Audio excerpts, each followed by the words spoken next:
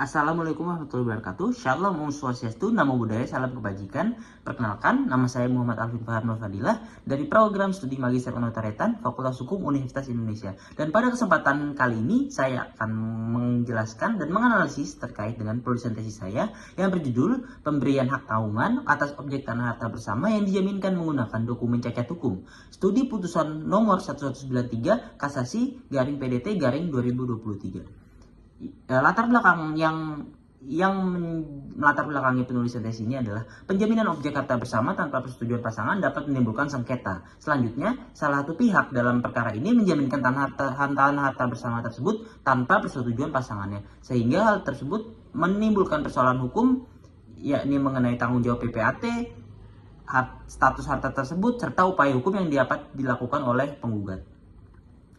Dari latar belakang tersebut, maka lahirlah dua rumusan masalah. Yang pertama, bagaimana status hukum peletakan hak tanggungan atas harta bersama berdasarkan dokumen yang cacat hukum, dan bagaimana bentuk pertanggungjawaban oleh pejabat pembuat akta tanah. Yang kedua ialah bagaimana upaya hukum yang dapat dilakukan oleh penggugat terkait peletakan jaminan hak tanggungan atas harta bersama yang sepenuhnya dibeli dari uang salah satu pihak.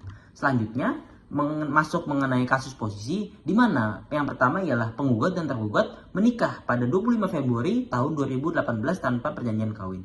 Dan pada Maret 2018 penggugat membeli rumah yang menggunakan dana pribadi hasil penjualan emas yang sudah didapatkan olehnya sebelum melangsungkan pernikahan tersebut. Dan sertifikat rumah tersebut terbit atas nama istri atau tergugat.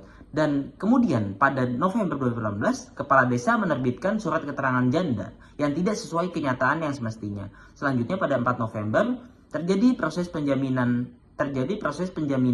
rumah tersebut kepada koperasi. Dan pada faktanya penggugat dan tergugat baru resmi bercerai pada 16 Mei 2019 yang dimana tanggal tersebut terjadi setelah adanya penjaminan atas harta bersama tersebut. Jadi perceraian tersebut terjadi setelah penjaminan harta bersama tersebut, sehingga penjaminan atas harta bersama tersebut dijaminkan tanpa melalui persetujuan pasangan saat pasangan tersebut masih terikat perkawinan yang sah. Mengenai analisis permasalahan berdasarkan kasus posisi yang telah saya uraikan, yang pertama ialah status hukum peletakan hak tanggungan atas harta bersama berdasarkan dokumen yang cacat hukum. Yang pertama ialah penjaminan harta bersama tanpa persetujuan pasangan ialah melanggar pasal 36 Undang-Undang Nomor 1 Tahun 1974 tentang perkawinan.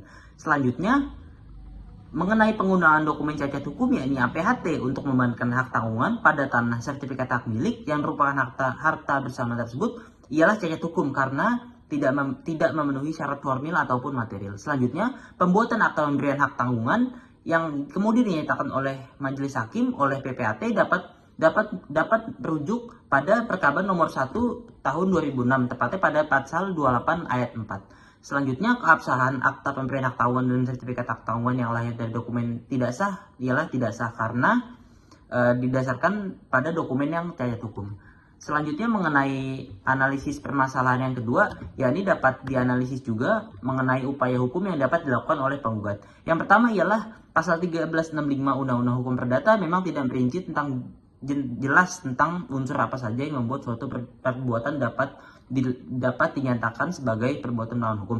Namun sejak 1919 ada jurisprudensi yang dapat menjawab hal tersebut, yakni perbuatan yang dilakukan oleh tergugat 1 dan tergugat 2 merupakan perbuatan melawan hukum dan memenuhi unsur untuk dimintai ganti kerugian oleh penggugat melalui gugatan penggantian kerugian material dan imaterial. Namun penggantian kerugian material maupun imaterial tidak dikabulkan oleh majelis hakim karena majelis hakim menilai hal tersebut tidak dapat dibuktikan, sehingga majelis hakim menilai bahwa penggugat dalam hal ini tidak patut untuk meminta ganti kerugian yang nominalnya sangat besar seperti yang ada di dalam gugatannya tersebut. Selanjutnya, atas analisis yang sudah saya sampaikan tadi, maka dapat ditarik simpulan dan saran. Yang pertama, penjaminan harta bersama tanpa persetujuan pasangan ialah batal demi hukum karena melanggar ketentuan pasal 36 Undang-Undang Nomor 1 74 tentang perkawinan. Selanjutnya, PPAT tidak terbukti melanggar ketentuan yang ada dalam Perkaban Nomor 1 Tahun 2006 Pasal 28 ayat 4 huruf D karena tidak terpenuhinya unsur-unsur tersebut.